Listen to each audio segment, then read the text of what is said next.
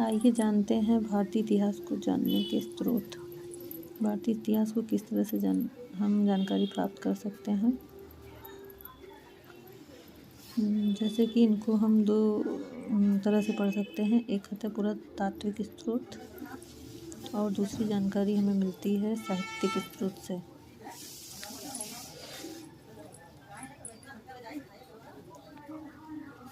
पुरातात्विक स्रोत की जानकारी हमें कई चरणों में मिलती है, जैसे कि अभिलेखों से, दूसरा सिक्कों से, तीसरा मृदभांड द्वारा, चौथा मोहरों से, पांचवा स्मारक द्वारा।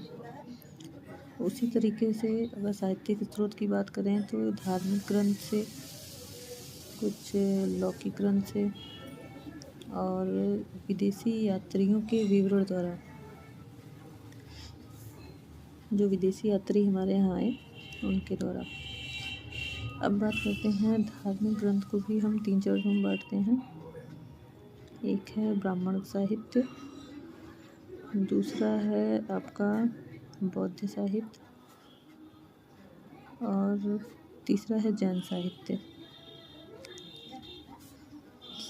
ये 3 तरीकों से हम इसकी जानकारी ले सकते हैं। अब जैन साहित्य को भी हम 2 तरीके से बांटते हैं। एक होता है आचरांक सूत्र, दूसरा होता है भगवती सूत्र। इस तरह से बौद्ध साहित्य को भी हम एक ही चरण में बांटते हैं, ये त्रिपिटक।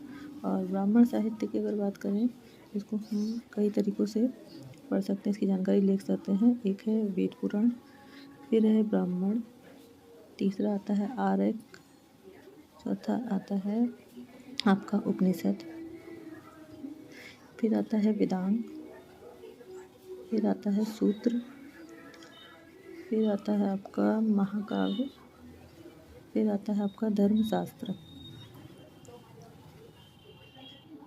अब धर्मशास्त्र को भी हम बांट के पढ़ सकते हैं। एक आता है धर्मसूत्र, फिर आता है स्मृतियाँ, फिर आता है टीकाएँ। इस तरीके से हम भारतीय